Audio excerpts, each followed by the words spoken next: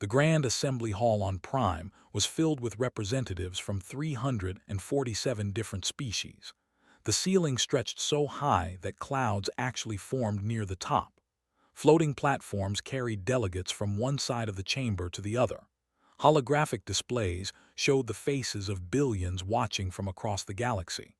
This was the heart of galactic civilization, the place where the most important decisions were made. Ambassador stood at the center of the hall with her small human delegation.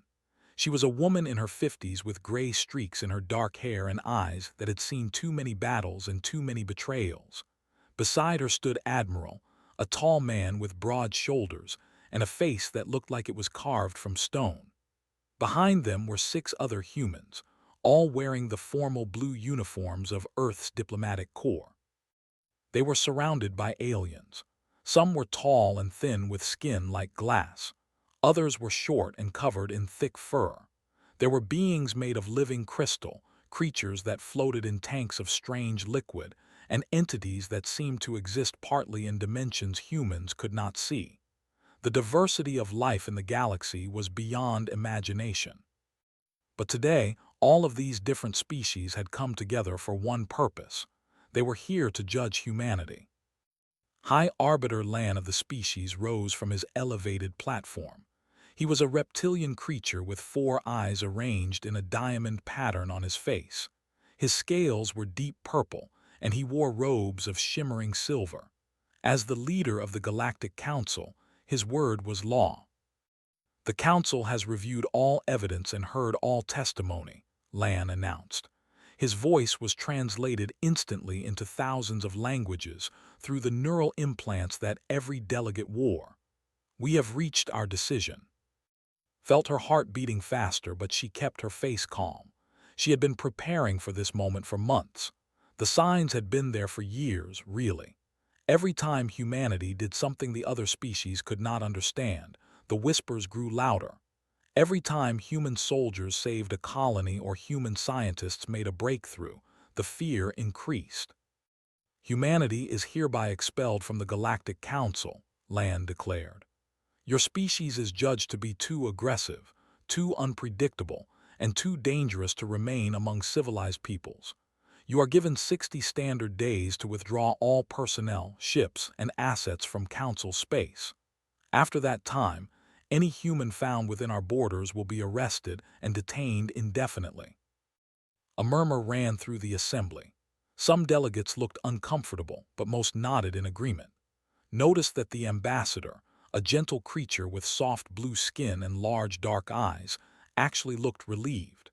She remembered that humanity had saved them from a devastating asteroid impact just 12 years ago. Millions of were alive because human engineers had developed the technology to redirect the asteroid. And now they had voted to throw humanity out. "May I speak?" asked, her voice steady despite the anger burning inside her. Lan gestured with one clawed hand. "You may."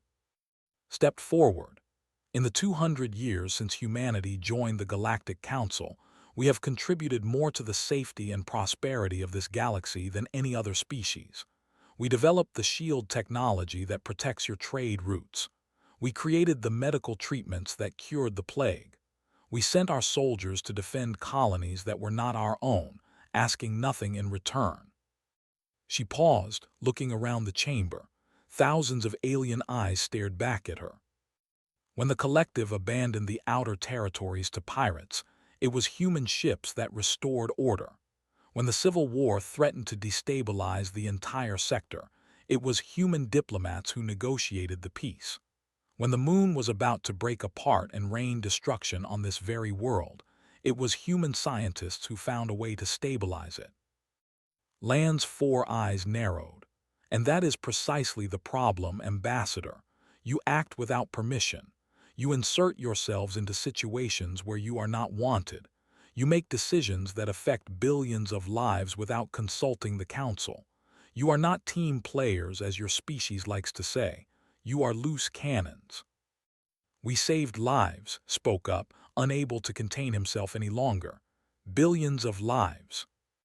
"You took matters into your own hands," Lan replied coldly. You decided what was right and what was wrong.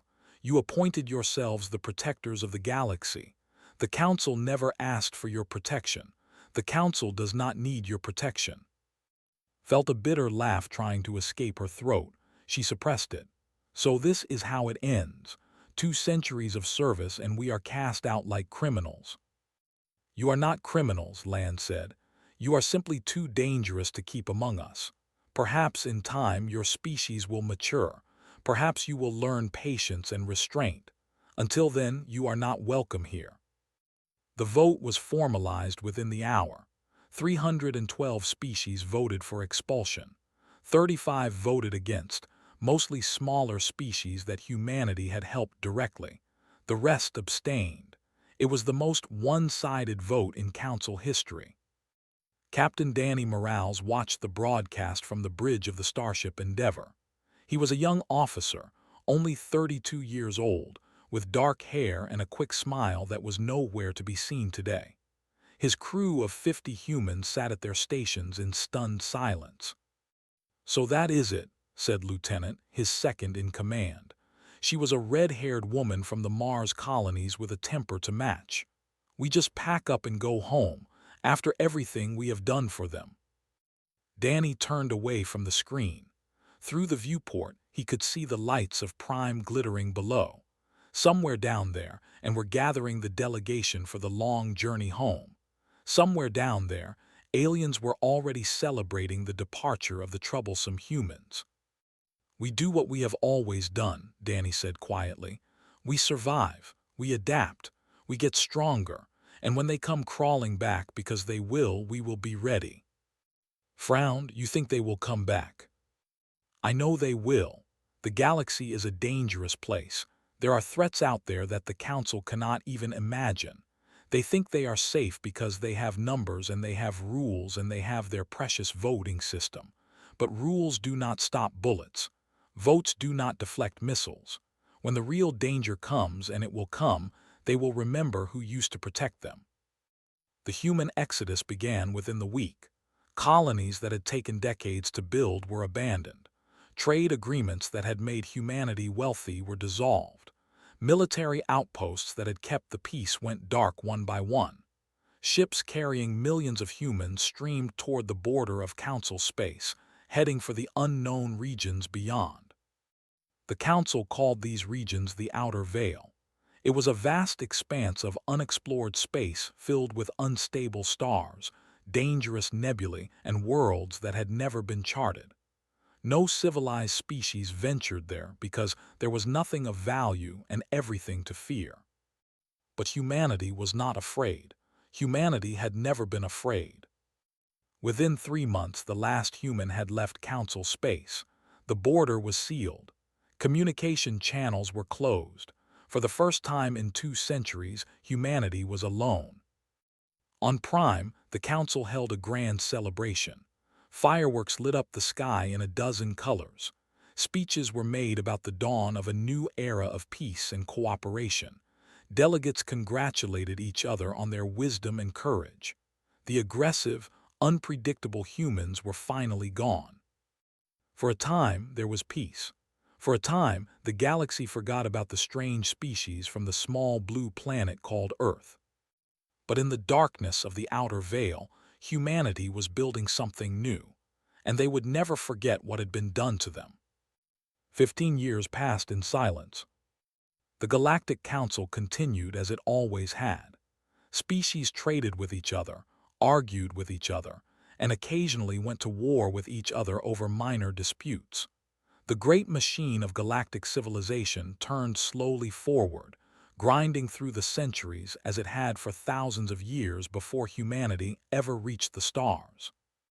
Sometimes, in quiet moments, delegates would remember the strange beings who had once sat among them.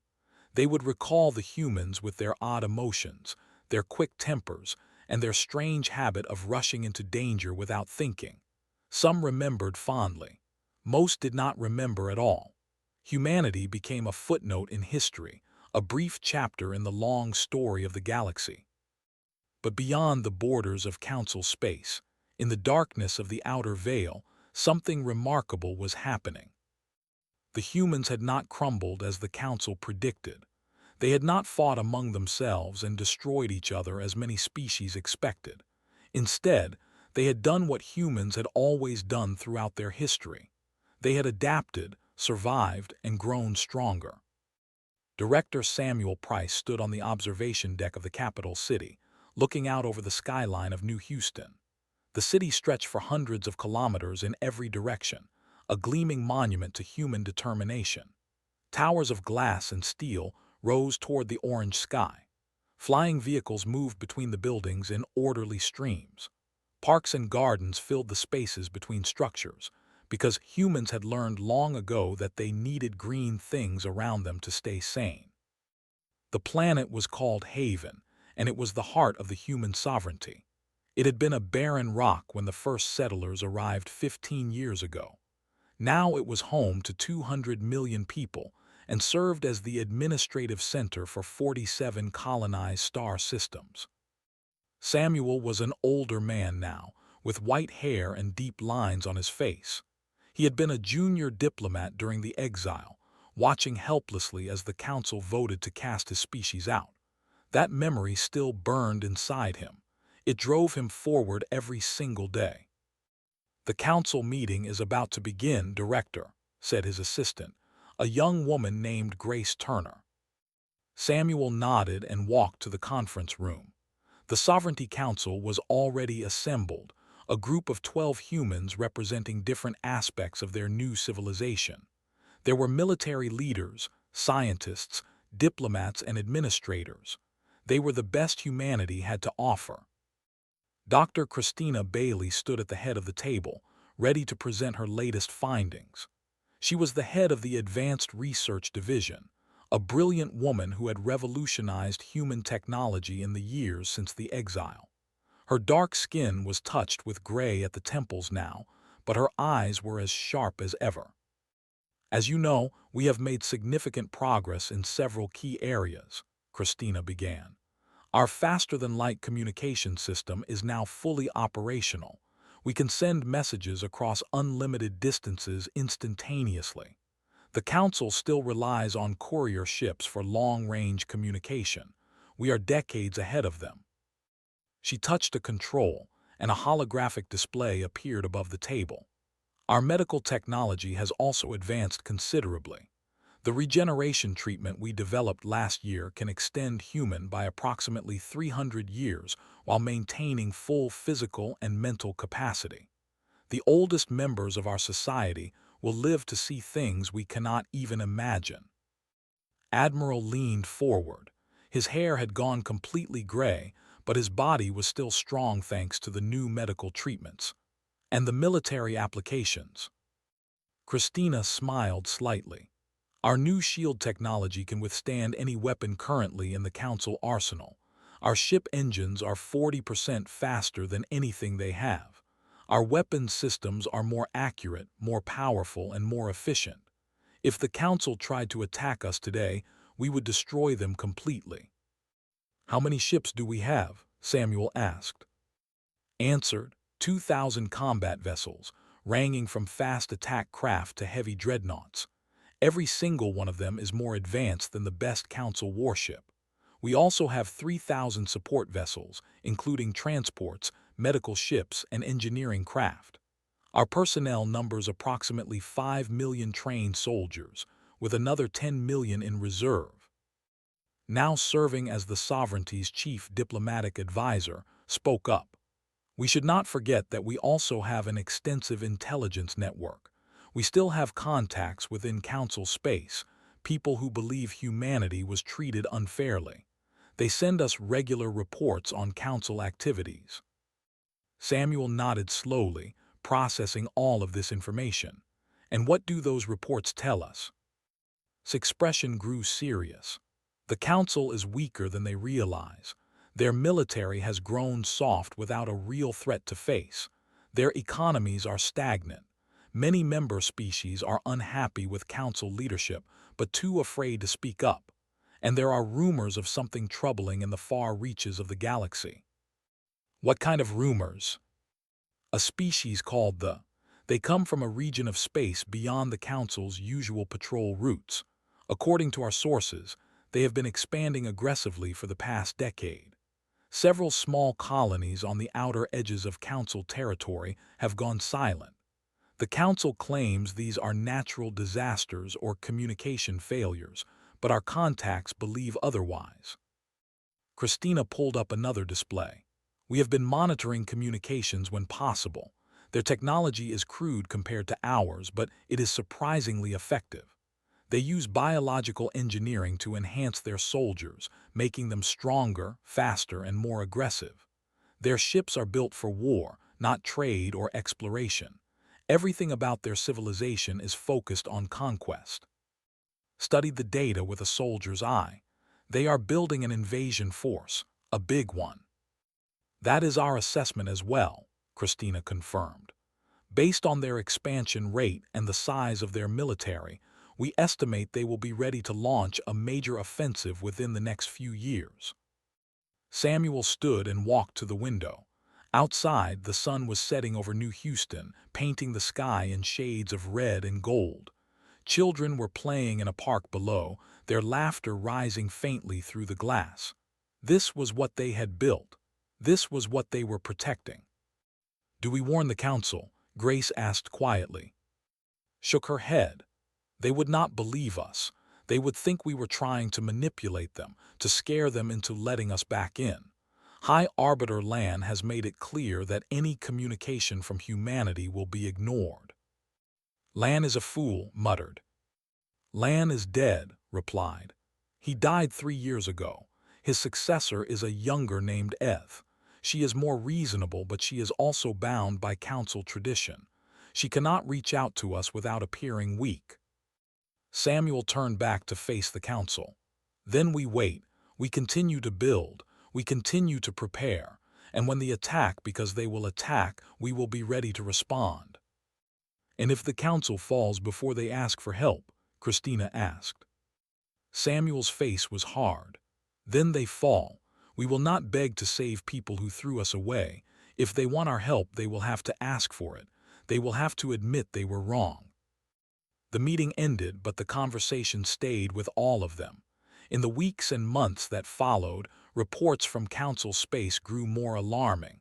They were moving faster than anyone expected. Colonies were disappearing. Fleet movements were detected near the border. Danny Morales, now a captain with his own ship, read the reports with growing concern. He had served in the Council fleet before the exile, had fought alongside alien species against common enemies.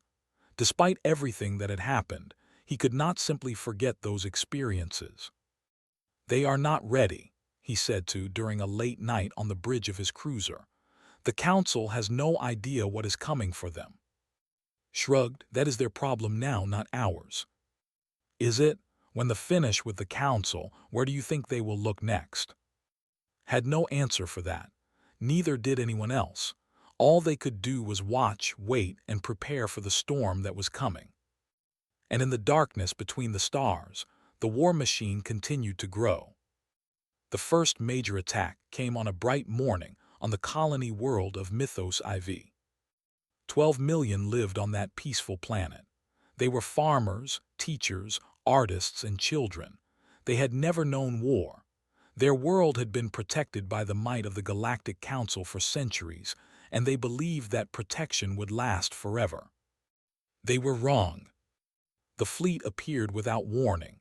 200 warships dropped out of faster-than-light travel directly above the main continent. They did not send demands. They did not ask for surrender. They simply opened fire. The planetary defense grid lasted 17 minutes. The small garrison of Council troops lasted another 2 hours. By the time the sun set on Mythos IV, there was nothing left but burning cities and fields of the dead. 12 million lives ended in 6 hours. There were no survivors. When news of the attack reached Council space, there was panic. Emergency sessions were called. Angry speeches were made. Blame was assigned in every direction, but nothing useful was accomplished. High Arbiter Eth tried to maintain order, but she was young and inexperienced. The older delegates did not respect her. The military commanders did not listen to her. Everyone had their own opinion about what should be done, and no one could agree on anything. A response fleet was assembled. It was the largest military force the Council had gathered in 300 years. 500 warships from a dozen different species, carrying the best soldiers and the most advanced weapons the Council possessed. They were confident. They were proud. They believed they would crush the invaders and restore peace to the galaxy.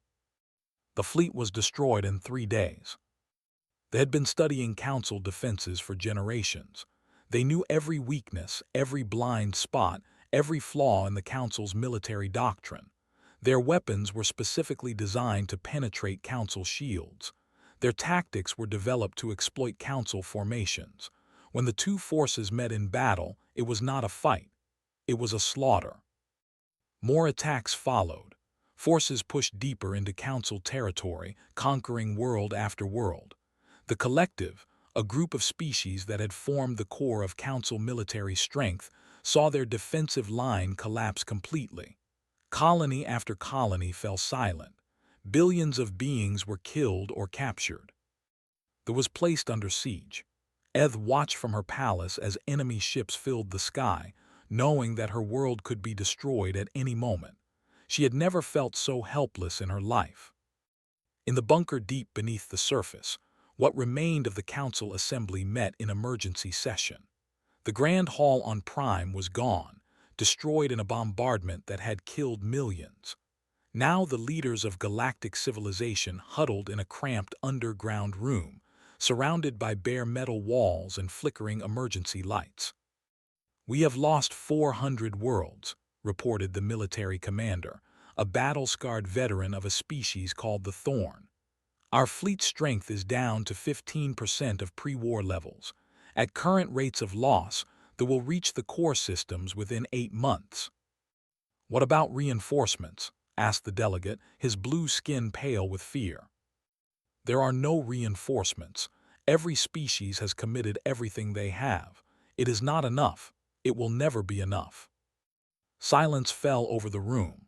For the first time in their lives, the leaders of the galaxy faced the real possibility of complete defeat. Everything they had built, everything they had achieved, was about to be swept away by an enemy they had dismissed as primitive savages.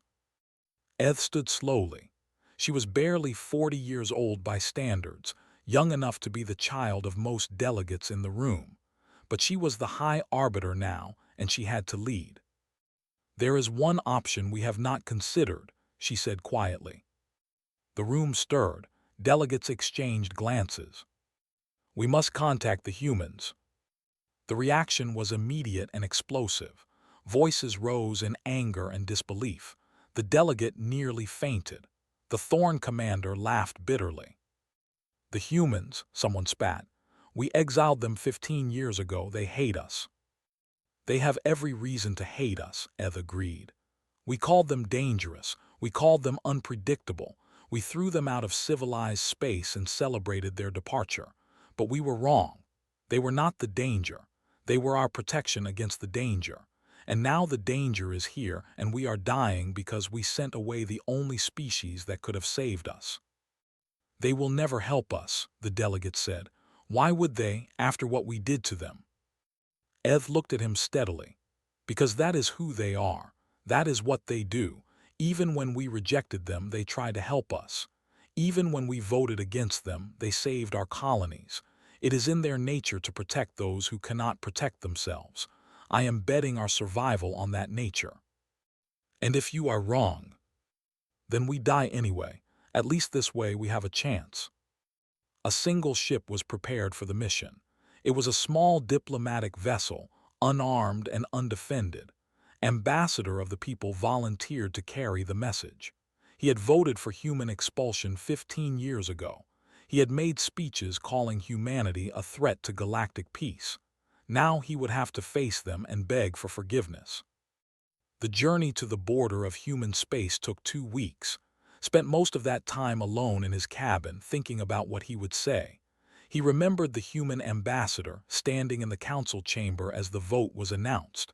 He remembered the look in her eyes. Not anger, not hatred, but something worse.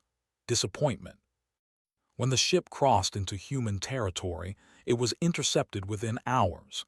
Had expected this. Human technology had always been impressive, and 15 years of independent development had clearly made it even better. "Unknown vessel, you are entering human sovereignty territory," came the transmission.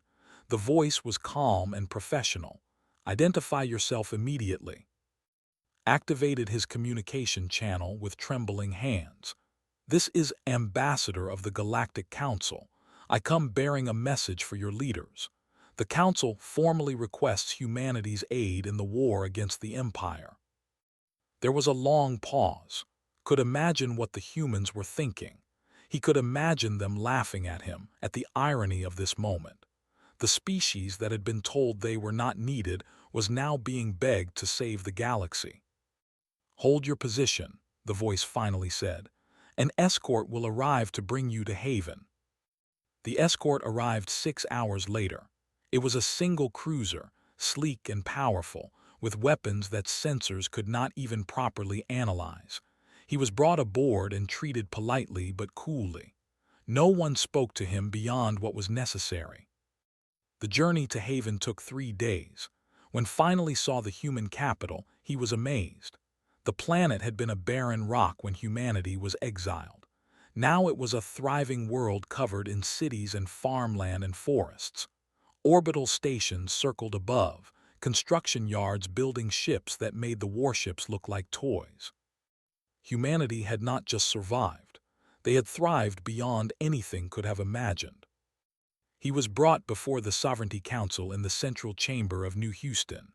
The room was not as grand as the old council hall on Prime, but it was impressive in its own way. Simple, functional, powerful. Director Samuel Price sat at the head of the table. His face was unreadable. Beside him were Admiral, Ambassador, and a dozen other humans that did not recognize. "Ambassador," Samuel said, "I remember you. You gave a speech once, calling humanity a disease that needed to be purged from civilized space." Lowered his head. "I did, and I was wrong. I was a fool. We were all fools." "Yes, you were." "Director Price, my people are dying. The entire galaxy is dying. They are destroying everything in their path. Our fleets are gone. Our defenses are shattered. Within a year there will be nothing left but slaves and corpses." Raised his head, forcing himself to meet Samuel's eyes. "I am not asking you to forgive us. I am not asking you to forget what we did. I am asking you to save us, because you are the only ones who can." The room was silent. Could feel the weight of 15 years of anger and resentment pressing down on him. He had never felt so small in his life. Finally spoke, "And what does the council offer in return?" "Anything," replied immediately. "Everything. Full membership, leadership of the military alliance, seats on the governing council. Whatever you want, it is yours. We will give you anything if you will just help us." Samuel exchanged glances with his advisors. Then he stood and walked to the window, looking out at the city below. "Go back to your council, Ambassador. Tell them humanity accepts. We will fight your war. But understand this. When it is over, things will be different. The galaxy will not forget who saved it, and neither will we." Nearly collapsed with relief. Thank you, Director Price. You will not regret this." Samuel did not turn around. "I know I will not, but your council might." The human fleet arrived at the front lines 6 weeks after Ambassador returned to council space. Admiral stood on the bridge of the Sovereignty flagship, the dreadnought Defiance. It was the largest warship humanity had ever built, nearly 3 kilometers long and bristling with weapons that the council could not even understand. The bridge was a vast chamber filled with holographic displays and control stations, staffed by the best officers in the human military. Around the Defiance, a fleet of 800 warships dropped out of faster-than-light travel. Heavy cruisers, fast destroyers, attack frigates, and support vessels spread out in perfect formation. Their hulls gleamed in the light of a dying red star, polished and deadly. Looked at the tactical display and felt a cold satisfaction. After 15 years of building and preparing, humanity was finally going to show the galaxy what they could do. All ships report status, he ordered. First through 5th battle groups in position, reported Captain Danny Morales from the cruiser Relentless. Danny had been given command of the Vanguard Force, the ships that would lead the attack. Weapons charged, shields at maximum, crews ready for combat. 6th through 10th standing by, added commander from her destroyer. She had risen through the ranks quickly, proving herself in dozens of training exercises. Now she would face a real enemy for the first time. Studied the tactical display carefully. The fleet was massive, over 3,000 ships arranged in a defensive formation around the conquered world of. It was the most heavily fortified position the enemy held, a symbol of their power and their ambition. The Council remnant fleet was positioned behind the human formation. 200 vessels, all that remained of the once mighty Galactic Armada. They were battered and from months of losing battles. Their crews were exhausted and afraid, but they had insisted on being part of this fight, on showing that they still had some courage left. Dr. Christina Bailey stood near the Admiral, monitoring the sensor feeds from her portable console. She had insisted on joining the fleet as a science advisor, wanting to see how her technologies performed in actual combat. The Council delegates are watching from their flagship, she reported. I am picking up transmissions to there. The entire galaxy is watching this battle. Good, said. Let them watch. Let them see what humans can do when we stop holding back. He opened a channel to the entire fleet. His voice would be heard by every human soldier, every pilot, every crew member in the formation. All ships, this is Admiral. 15 years ago, the galaxy told us we were not needed. They called us dangerous, unpredictable, unworthy of standing among civilized peoples. They were wrong about a lot of things, but they were right about one thing. We are dangerous.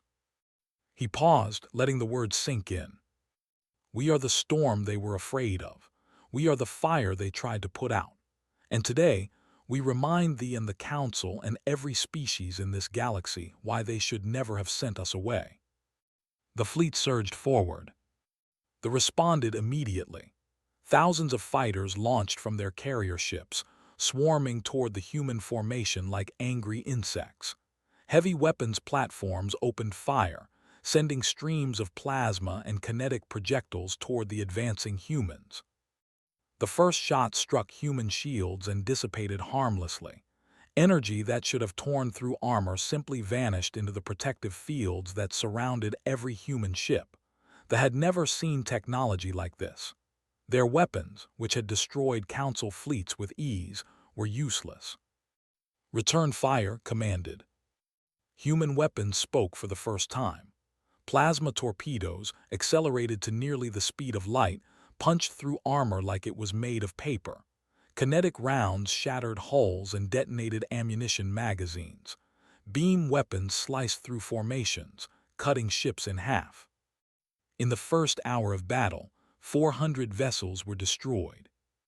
Danny Morales led his vanguard group straight into the heart of the enemy formation. His cruiser, the Relentless, was designed for exactly this kind of close combat. Fast, maneuverable, and heavily armed, it danced between enemy ships, delivering devastating strikes at point-blank range. Target that carrier, Danny ordered. All forward batteries fire at will. The Relentless opened up with everything it had. The carrier, a massive vessel carrying hundreds of fighters, was torn apart in seconds. Debris scattered in all directions as the ship's power core went critical and exploded. Good hit, reported his weapons officer, a young woman named Cole. Carrier destroyed, moving to next target. Across the battlefield, similar scenes played out. Human ships moved with precision and coordination that they could not match. Every shot found its target. Every maneuver was perfectly executed. 15 years of training and preparation were paying off. Commanded her destroyer group on the flank, protecting the main fleet from attempts to circle around. Her ships were smaller and faster than the cruisers, perfect for intercepting enemy scouts and harassing larger vessels. Strike group approaching from bearing 725, her sensor officer reported. 12 ships, heavy cruiser class. Smiled grimly. Let them come, all ships form up on me, we are going hunting. Her destroyers swept around in a tight arc, engines blazing. They caught the cruisers in a crossfire, pounding them from multiple angles. The enemy ships tried to return fire, but they were too slow, too clumsy. Within 15 minutes, all 12 were drifting wreckage. The commander, a massive warrior named, watched the battle from the bridge of his flagship. He was a veteran of 100 campaigns, a conqueror who had never known defeat. But today, for the first time in his life, he felt something unfamiliar. Fear. What are these creatures? He demanded, slamming his fist against his command throne. Our weapons do nothing to them. Our tactics fail at every turn. Who are they? His advisor, a smaller with calculating eyes, answered carefully. They are humans, Supreme Commander, the species that the Council exiled 15 years ago. The Council exiled their strongest warriors. Why would they do something so foolish?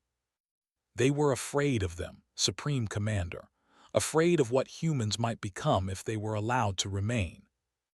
Stared at the tactical display, watching his fleet being systematically destroyed.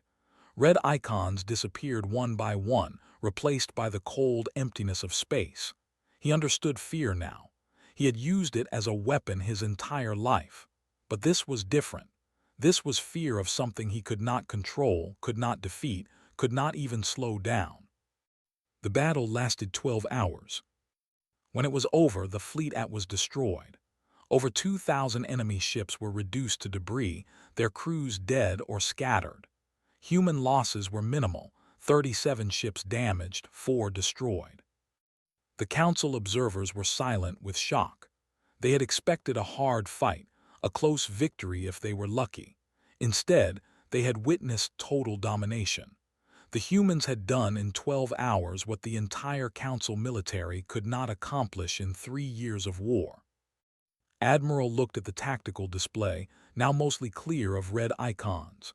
His face showed no celebration, no triumph, just satisfaction. Begin rescue operations, he ordered. Pick up any survivors and treat them humanely. They fought well, considering what they were up against. Christina Bailey raised an eyebrow. You want to save the enemy? Nodded. They are not evil, Doctor. They are just soldiers following orders from leaders who made bad decisions. Sound familiar? Besides, showing mercy costs us nothing and gains us respect. The galaxy is watching, remember. Let them see what kind of people we are. Word of the victory spread across the galaxy within days. Species that had given up hope began to resist again. Underground movements on conquered worlds launched attacks against their occupiers. Supply lines came under assault from partisans who had been waiting for any sign that the war could be won. The tide had turned, and everyone knew who had turned it. The campaign to liberate the galaxy took 18 months. System by system, world by world, the human-led alliance pushed back. Every battle ended the same way. Human technology and tactics overwhelmed enemy defenses. Conquered populations were freed. Enemy soldiers who surrendered were treated fairly. Those who fought to the death were given that death with professional efficiency. Admiral led the main fleet through the heart of occupied territory. Captain Danny Morales commanded the advance forces, striking enemy positions before they could prepare proper defenses. Commander ran special operations, inserting small teams onto occupied worlds to gather intelligence and support resistance movements. They learned to fear the human ships. They learned to recognize the sleek silhouettes, the distinctive weapon signatures, the communications frequencies. When humans arrived in a system, commanders often retreated without fighting. They knew what would happen if they stayed. Director Samuel Price monitored the war from Haven, coordinating the massive logistical effort required to keep the fleet supplied and reinforced. Ambassador worked with the Council remnant, helping them rebuild their shattered governments and restore order to liberated worlds. Dr. Christina Bailey traveled with the fleet, studying captured technology and developing countermeasures for new enemy weapons. Her work saved countless lives and ensured that human advantages remained decisive throughout the campaign. The final battle took place above the. It was a harsh planet, covered in jagged mountains and volcanic plains.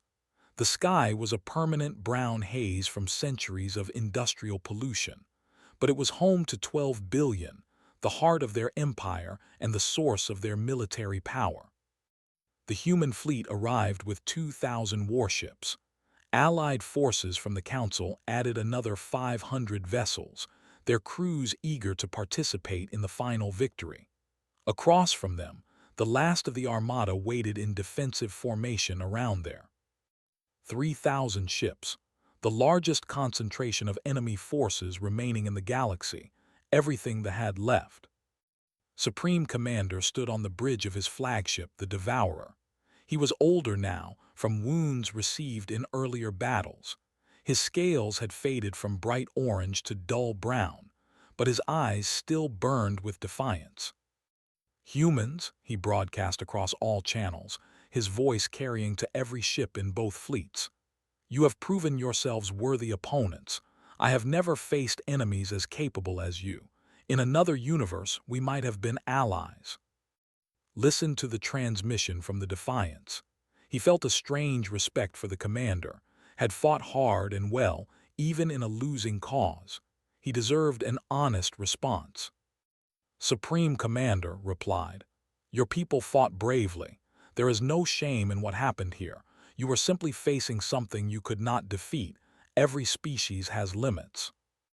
"You speak of limits," said, "but I see no limits in you. Your weapons destroy everything they touch. Your shields stop everything we throw at them. Your soldiers fight like demons and show mercy like saints. What are you truly?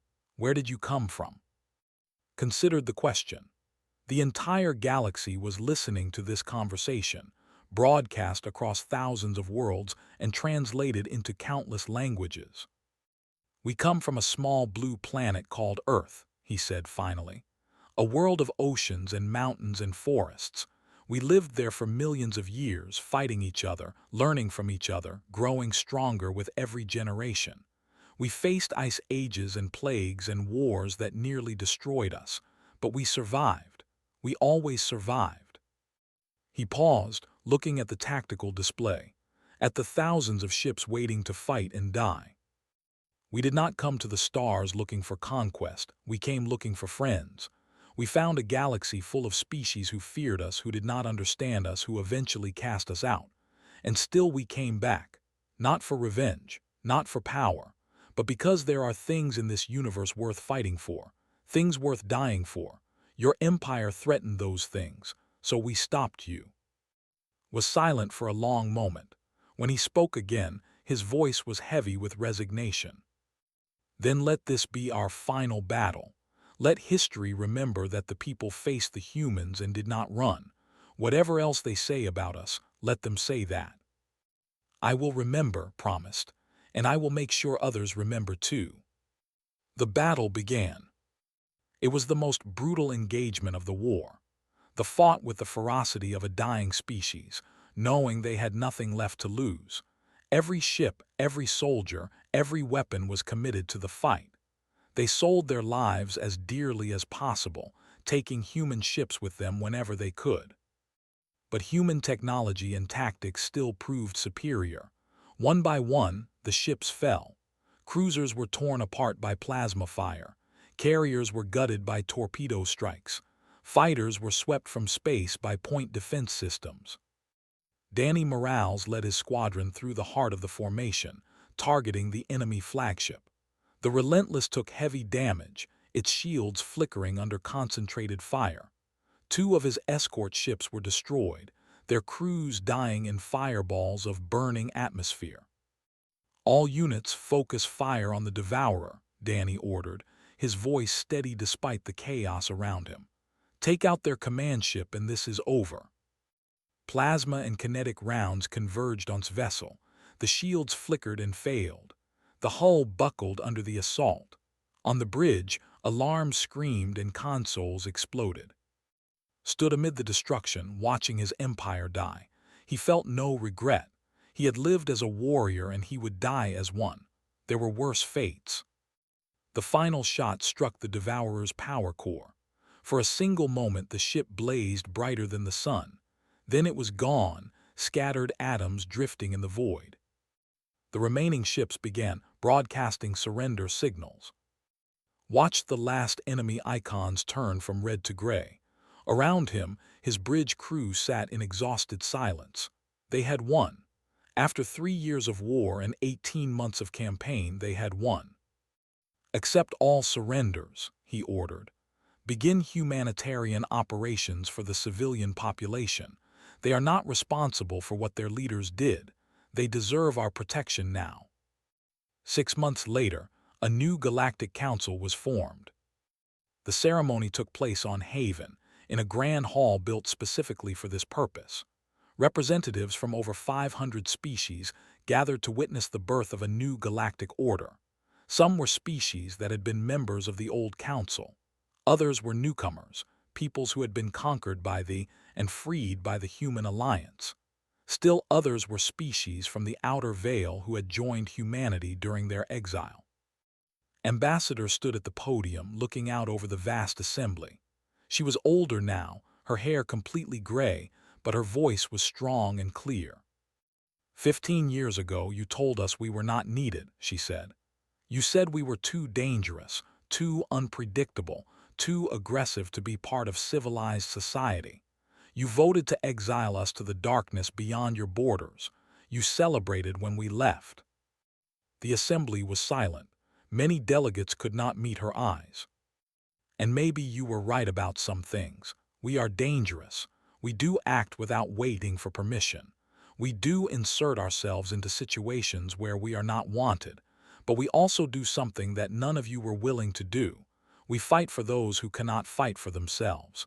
We protect the weak. We stand against evil, even when it costs us everything." She paused, letting her words sink in. "This new council will be different. We will not exile those we fear. We will not abandon those in need.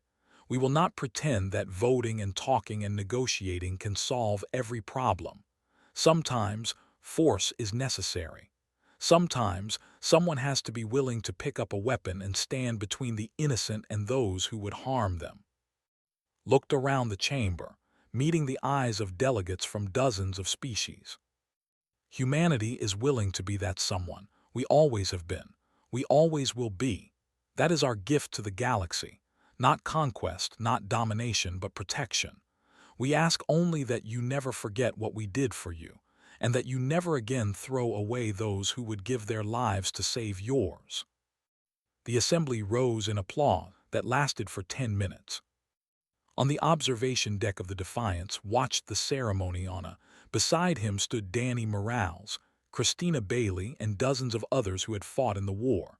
They had lost friends and colleagues. They bore scars that would never fully heal, but they had won. "Think it will last?" Danny asked quietly. Smiled. "Nothing lasts forever. The galaxy is too big, too complicated, too full of different species with different needs and different fears. There will be new conflicts, new challenges, new enemies. That is the nature of things." He turned to look at his officers, the men and women who had followed him through the darkest days of the war. "But we gave them a chance.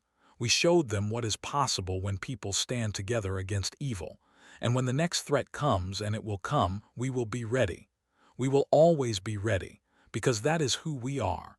That is what it means to be human."